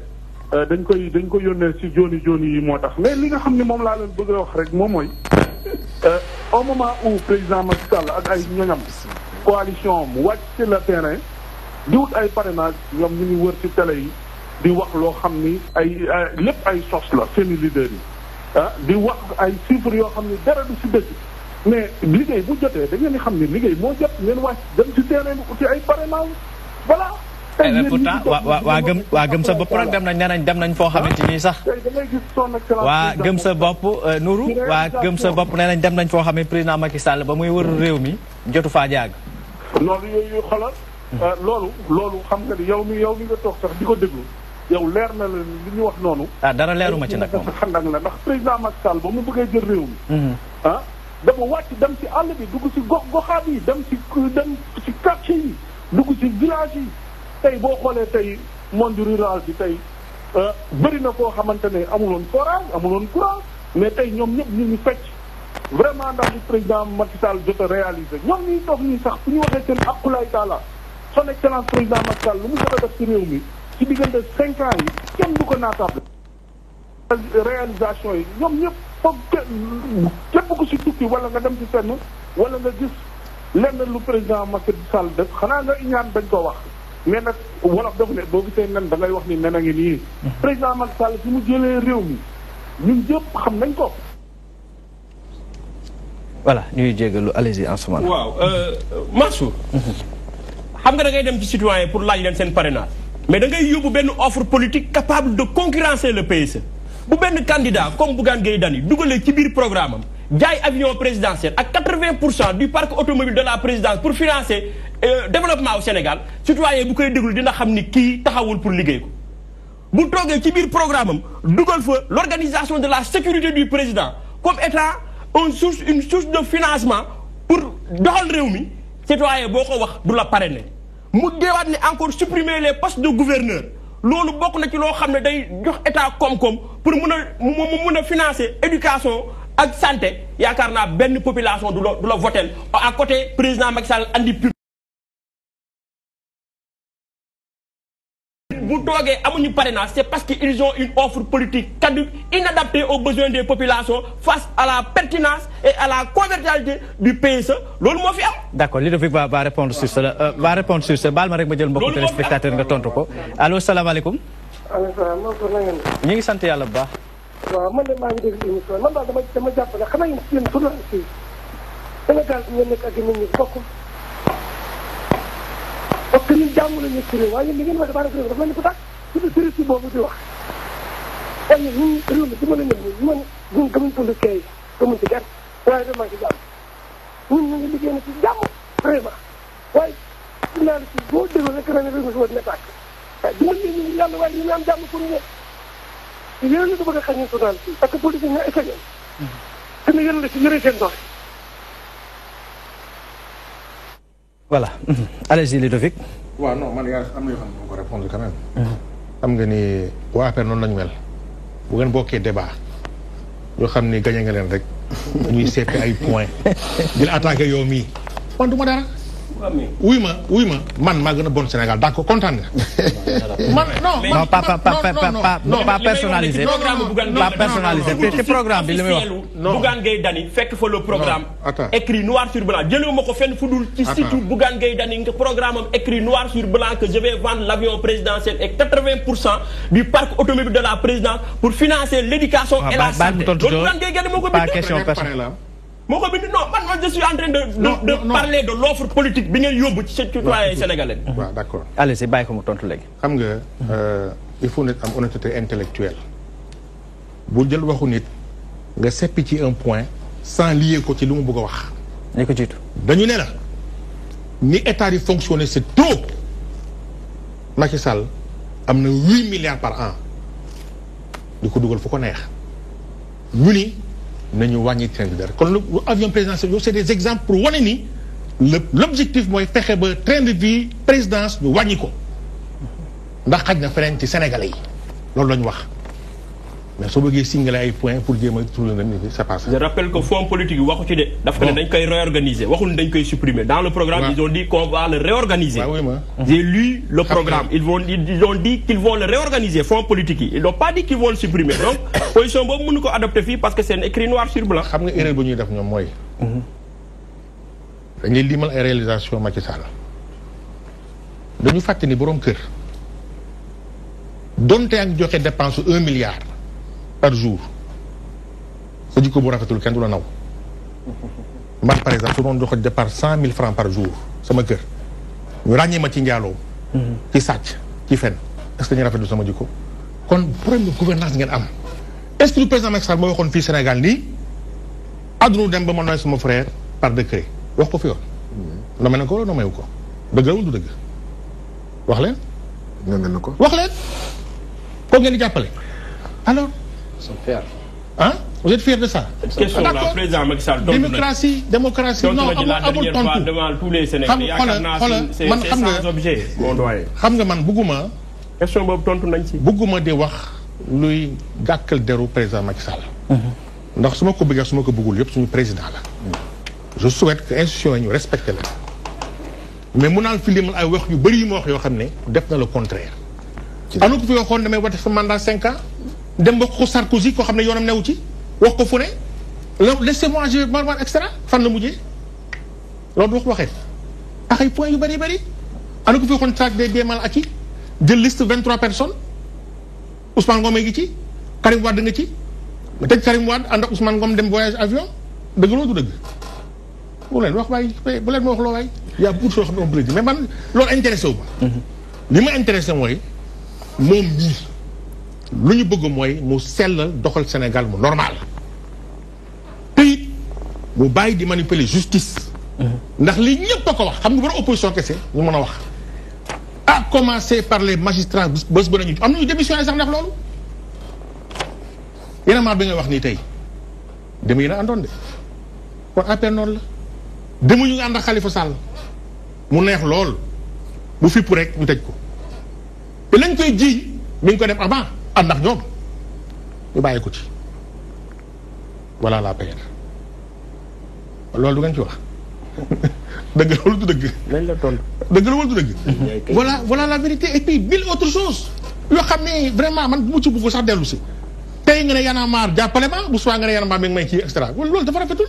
ba pare à bras ouverts tu reçois des transhumants est-ce que loolu rafet na. transhumant mooy workat. ak lam ca waxoon démb. lam ca waxoon démb. ci waxoon on doit fusiller les transhumants tu le reçois à bras ouverts. war nga xalaat sa bopp. ku recevoir Malick sa biir kër war nga xalaat sa bopp. Mbaye. waaw je crois que ma damay revenir le monsieur le ministre Abdou Aziz Mbaye wax je crois qu'il est très scientifique. li mu bëgg a wax mooy doole doxul jàmm. di nga dans une classe de 47 personnes les 7 la ñuy jox tableau d'honneur. élection législative bi passé bu ñu joxee tableau d'honneur 4 ñooy am tableau d'honneur. entre le premier et le cinquième il y a une différence de 1 600 000 voix. c'est-à-dire Macky Sall la coalition Benno Bokk Yaakaar dirigée par le premier ministre je ne dis pas Macky Sall. Mohamed Boun Abdallah Dionne am na 1 600 000 38 500 et quelques voix. cinquième bi Ousmane Sonko am 37 000 maanaam bu ñu génnee suñu 1 600 000 yi suñu 38 000 yi sax moo ko ëpp de voix. ji nga élection la ñuy nattee parti wala coalition de parti. élection yi mujj Macky Sall bokkul woon de il faut se rappeler les propos de Abdoulaye Wade. j'ai sauvé toute l'opposition d'une humiliation tey bu ma fi nekkul woon Macky Sall wax ma Macky Sall mais Mohamed Boun Abdallah Dionne mii nekk tête de liste du taxaw ak yéen ñëpp lay raser. La coalition Benno Bokk Yaakaar allait gagner tous les 45 départements. Aujourd'hui, l'élection présidentielle, c'est le président de la République, son excellence M. Macky Sall. Moi, je suis sur le terrain.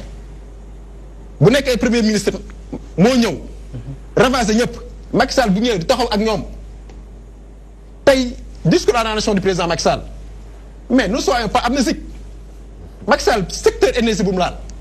D'ailleurs, il faut une énergie. Vous savez ce que c'est bon. D'ailleurs, Y'en a marre est né d'une coupure de courant. Y'en a marre est né en 2011. Nous avons Nathalie. D'ailleurs, le courant coupé du water. Nous avons mis li, warné ce job. Mais Y'en a marre, nous avons tas. Parce que coupure courant, amutul ci réew mi Sénégal day jaay courant. De 1960 à 2012, nous avons 500 mégawatts de production. En 7 ans, Macky Sall double ko. Il faut applaudir. Il ne faut pas être des nihilistes. Il ne faut pas faire de la sonkorisation. Le plus ñoo nga ne baaxul. Donc ce qui est important moi c'est excellent. Ba muy démarrer, il a bien précisé, il y a un chef fichier. J'ai applaudi. Parce que les opposants kan moo tey nekk à la tête de cette opposition Mame Adama Gueye moo créé woon pause. Mame Adama Gueye je suis plus fort que lui en politique. Lors xam nga politique bu ñu koy définir c'est participation à l'élection lan la nombre de voix man adoré élection présidentielle yi ñu mujjee participer ñaata voix la am 13 700 voix.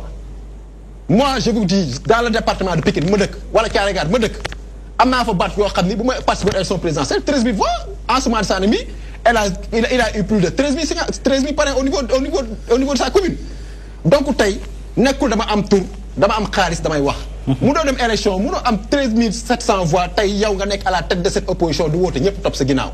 tey je crois que di nga Abdou Aziz Mbaye lu mu wax dafa leer doole doxul jàmm Sénégalais yi chaque élection ñoom ñooy voter le président Macky Sall ñoom ils l'ont dit di nga opposition bi dañuy jafendu si ay caaxaan.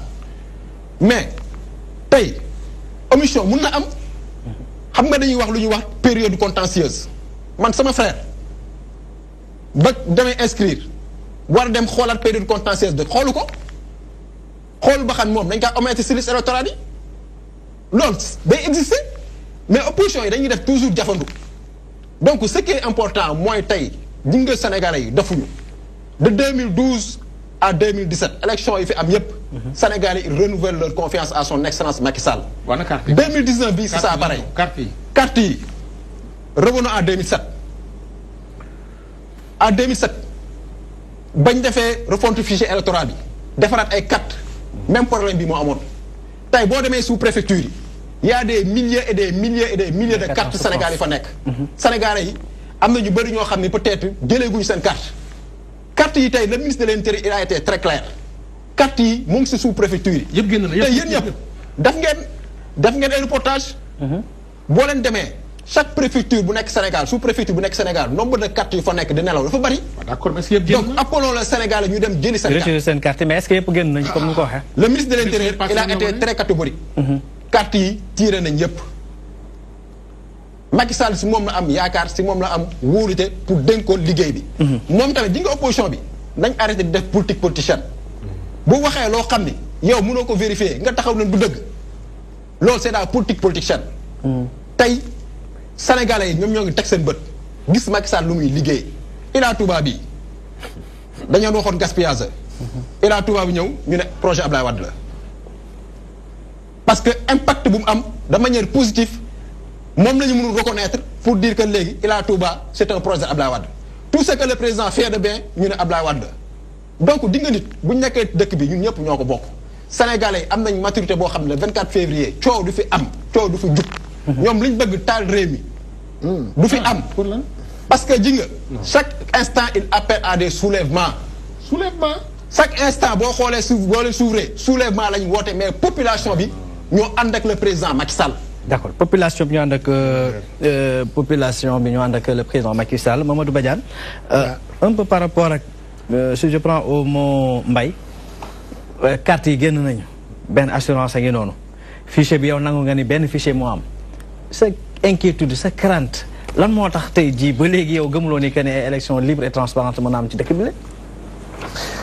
mais xam nga en matière électorale aujourd'hui Macky Sall mooy le maître du jeu parce que moom mooy président de la République et soo xoolee acte yi muy posé c'est-à-dire que c'est mooy faisceau d'indice bi Ludovic doon wax acte yi muy posé depuis le début mais xel mën naa ñaaw te ci loolu la ñu toll mu leer nañu kii jubluwul ci organiser ay élections yu transparentes parce que quoi qu'on dise moom mooy organiser ay élections li mu wax mon jeune frère dugg ci ay chiffres 1 million nangam et cetera bu mu nax sénégalais yi en matière électorale da ngay dem ci valeur relative xam nga ni bi élections yi jeexee Macky Sall n'est pas majoritaire dans ce pays.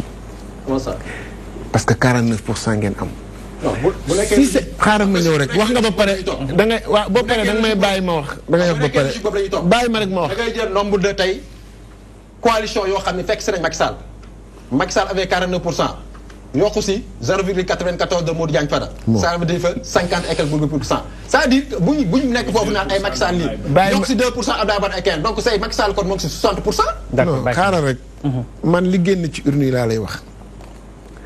xam nga ni Macky Sall majoritaire ci réew mi et que bu dul woon mode de scrutin bi ñu utiliser tey jii du am majorité à l'Assemblée nationale. ci biir waxtaan bi monsieur Sow.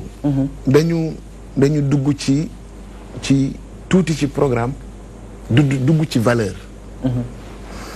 ñu énumérer ay mbir ya nga xamante ni am njiitu réew waru ko mer. maanaam ay wax ay kàddu yu warook jëf loolu du yëfu njiit muy benn. comme par exemple. wax na ko. Ludovic énuméré la ci lu bëri. li tax sénégalais yi tey waratuñu am confiance ci Macky Sall ba koy voteel loolu ci la bokk xam nga leneen lu ci bokk. mon ami Ansou dafa dugg ci programme Macky Sall déjà par rapport au programme de façon structurelle dafa trahir sénégalais yi parce que dafa andi dara sénégalais yi voteel ko mu andi leneen ni dañoo waroo te leneen lu mu andi ba tey jii doxalu ko. gis nga PSE bi ñuy wax kuy xool sax da ngay naan en réalité Macky Sall ban programme lay dérouler parce que moom ci moom il a l'habitude de dire di tudd ñetti waso boobu muy tudd maanaam ñetti tànk yi nga xamante ni moo ŋànk programme am muy transformation structurelle de l'économie ak le développement humain ak gouvernance et cetera benn boo ci jël li Macky Sall di développer chaque jour dafa waroog la mu wax ci programme bi nan ngay transformer une économie structurellement te li nga njëkk a def mooy naxasal sa secteur privé naxasal sa secteur privé pression fiscale dal ci kawam à l'intérieur nga favoriser nasaraan si à l'extérieur ñu yor daanaka koom-koom réew mi muy benn nga ne da ngay transformer structurellement sa économie beneen bi nga ne da ngay sukkandiku ci mbay mi yaa ngi koy yokk agriculteurs yi ba tey ñu ngi mbappat ak seen gerte yi 150 francs alors que tu dis que yow fixé nga le prix à 210 francs muy ñaar soo demee ci développement humain moom loolu bu ci sax dugg parce que Sénégalais yi aujourd'hui la pauvreté egg na niveau ba nga xamante ni pratiquement musul am Sénégal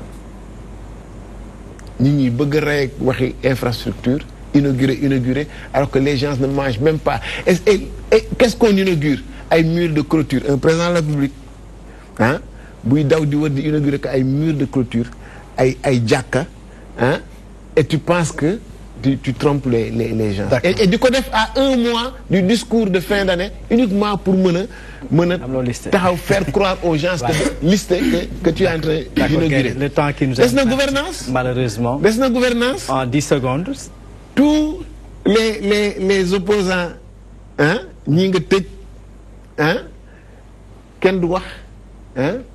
tu la démocratie torpiller complètement. Tu veux mettre la bonne gouvernance. En ce moment, on est à 5 minutes de la fin de l'émission. La question, c'est maintenant, en ce moment, là, Macky Sall, bon programme lay déroulé. Réellement. Man yaakaar naa bon tontu nga ci loolu. Question yi Mansour moo koy posé mais je serais heureux de répondre ko quand même. De façon exceptionnelle ñu ngi la koy. Parce que dafa ponk bu mu junj sax. Te yow nga nekk foofu au niveau du ministère de l'Agriculture. Lu ci wax lu bari ay manquement par rapport à gouvernance su jiitu réew mi rawatina nag tey jii ci campagne agricole bi mu jàpp que ni bari na baykat yi ci genn wàll ñi ngi mbapat seen gerte gi. waaw dama yaakaar ni xam nga li dal opposition bi mooy la lu leen dal ci parrainage bi rek. dañuy toog Dakar di bëgg a xam liy xew ci biir réew mi te demuñu fa. Il y a de cela une semaine motu ko sax ministre de l'agriculture docteur Pape Abdoulaye Seck ànd ak ay naatongam ay collaborateurs ñëpp gis nañ leen ñu dem surtout yi fees dell ak gerte donc waxi production waxatuñ ko nga xam ne tey on a atteint des niveaux records reconstituer le capital semencier malgré les aléas du climat spéculation boo jël ci wàllu agriculture ay record lañ ci def. Tout va bien. mais dañu nekk man damay wax li am loo xam ne c'est des xam nga Mansour ñun dañuy wax ci bilan Mansour ci bilan on est à l'aise de parler de bilan surtout dans le domaine de l'agriculture c'est des records xam nga wàllu agriculture lan moo fi am dafa mel ni ci benn classe élève bu jël ndaare toog xool koo xam ne moom mooy jël premier saa su ne ko yow yaa yembal looloo fi am ci wàllu agriculture bu ñu ñëwee ci wàllu agriculture boobu ñuy wax tey y a la reconstitution du capital semencier il y a des productions records. Le ministre Demna, le directeur de la Sonacos, Pape Dieng, nous avons carrément que la Sonacos dispose de 34 milliards pour le déroulement de la campagne. Opérateurs, producteurs, jël kaddu wax ñepp di leen de kenn saxalu leen suukar ñu ne ñoom it campagne bi mu ngi déroulé ñu ngi koy doxal normal xam nga dafa am ñaari mbapat yoo xam ne waxuñu ko benn mbapat boo xam ne gouvernement bi da koy favoriser mooy le mbapat positif mooy le plus plancher mooy 210 waaye boo waxaale avec la loi du marché pour mën koy yokk loolu c'est à ton bénéfice te croissance bi ñi ne di koy lekk for croissance bi nag fa lañ koy lekkee parce que croissance bi mooy agir sur la production mu yokk kay jaay mu mën a jaay am ci njëgam bon impayé fan lañ ko dégg 2012 mu ngi doon bëgg a rey ñi fii baykat yi ba président Macky Sall ñëwee ba léegi dégg nga ko fi Chinois yi ñëwoon nañ fi Chinois yi en 2012 dañoo dawoon suñu gerte gi mais docteur Pape Abdoulaye Seck jël benn délégation dem Chine loolu ñu mën koo dem Chinois yi di jënd suñu gerte. On est à 2 minutes de la fin de l'émission dama bëggoon permettre Ludovic mu jël benn minute bi Mbaye jël benn minute. mbirum bilan moom duñ ci wax ak ñoom. D'accord allez-y Ludovic. waaw xam nga sénégalais yi ñu ci bëri boog dañuy politiquer xol et pas xel. am na ci ñoo xam ne ñu ànd ak Macky Sall. ba lépp loo xam ne ko arrangé wu ne mere nañ la. man de demee romb sañ ay dima ci bëtu parce que li bokk ci Macky Sall alors que man damay wax pour defar Macky Sall je n'ai pas de problème avec lui mais dama bëgg fépp foo munti féyte ak koo munti àndal nekkal ci dëgg président Macky Sall def na réalisation kenn weddiwu ko waaye lu mu deful moo ëpp lu mu def moo tax Sénégal il est pays parmi les pays les plus pauvres parce que bu ñu déggee dafa mel ni Sénégal tout va bien agriculture pêche c'est pas vrai c'est pas vrai comparé au Sénégal yeneen pays du monde nous sommes pas les pays les plus pauvres de la planète. Sénégal bokk ci réew yu gën a ndóol ci àdduna te doo ko wax kon liggéeykat bu defee benn jéego ne ah egg naa fii waaye ba léegi doyul def naa Dakar Arena waaye doyul naa def Kédougou Arena naa def Baba Garage Arena dem naa Ila Touba doyul naa def Ila Koumpentoum naa def Ila Diaobé naa def Ila Ziguinchor loolu la parce que ku bëgg liggéey dana liggéey naa waaye doyul ba yéene naa Sénégalais lu ëpp loolu nga farlu dem liggéey waaye ñu inauguré rek woo ñëpp tëggkatu tamay tëggkatu sabar ne man la c'est pas vrai xaalis bu ne fa arena est-ce que xaalis Macky Sall mais dañ ko fal pour mu liggéey il a le mérite d'accord mais dañ ko jox Sénégalais ñoo liggéey seen liggéey ñàkk si ñàkk bay leen ko demal nga liggéey moom dafa mel ni moom arena bi moom maa ko tabax sama xaalis mais naa ko Sénégalais c'est pas vrai. Permettez à Baye. non il faut juste ñu comprendre que Sénégal existé en 2012. Sénégal nekkul Macky Sall ba mu nekkee président lay doog existé. waaw nekkoon ministre avant 2012. Macky Sall lu mu wax mooy le temps tey temps de l'action lañ toll. au moment opposition nekk rue de Dakar. 2002 Macky Sall moom si inauguration. Le président Macky Sall vous donne rendez-vous le 14 pour l'inauguration du TER. Di nga TER bi. am na ku si wax naan ay 1600 milliards xam nga am na benn waay yu wax tabaski jot mu ne weer baa ngi nii ñëpp tàcc ko mu ne ñaari weer baa ngi nii. TER bi 565 milliards la si président Macky Sall def. Le 21 le président moo ngi jot rendez-vous Gambie. suñu xaalis la de. Inauguration pont Sénégambie. Man dem naa Casamance en 2011. Jinga boo eggoon Fatick ba Kaolack c'était l'enfer boo eggee Nioro Kaolack ba Nioro di pour jéggi bac bi c'était de l'enfer mais tey dañuy jéggi bac bi demee début février président day doon rendez-vous à la région de la Casamance nga xëy 8 heures ndekkee malheureusement le temps ñoo ngi sant yàlla ci gërëm totalement épuisé may fàttali tey jii ñi ngi amoon mbégte doon dalal ci plateau bi Mbaye Sène di membre pôle parrainage bu Benno Bokk Yaakaar des responsables politiques Thiaroye. Voilà, chargé de mission à la primature. Merci beaucoup Mbaye d'avoir fait le déplacement. Merci Mansour. Merci beaucoup à vous aussi Dr Rosner Ludovic Alissoutin, donc du consultant international, enseignant, chercheur en droit, membre du mouvement Gëm Sa Bopp, du président Bougane Gueye Dany. Merci beaucoup docteur d'avoir fait le déplacement. Merci à vous. Merci beaucoup à vous aussi infiniment Mamadou Badiane di Gaynde. Un lion dans Barwourne, Gaynde dans la fille. Heureusement ba Gaynde la fekk. Donc coordonnateur du grand parti au niveau de Pikine, mandataire adjoint auprès donc du ministère de l'Intérieur, du grand parti. Merci beaucoup d'avoir fait le déplacement. Merci beaucoup à vous aussi Ansoumana Sané, conseiller technique du ministère de l'Agriculture et de l'équipement rural, responsable des jeunes du département de Bignona, juriste aussi. Voilà, merci beaucoup. Merci beaucoup à vous aussi fidèles chers téléspectateurs. Mention spéciale à l'équipe technique bi ñu jàppale nag ci coordination préparation émission bi. Mention spéciale à la rédaction de la DTV di leen jox dig daje àllarba bi dégmal avec toujours le même plaisir.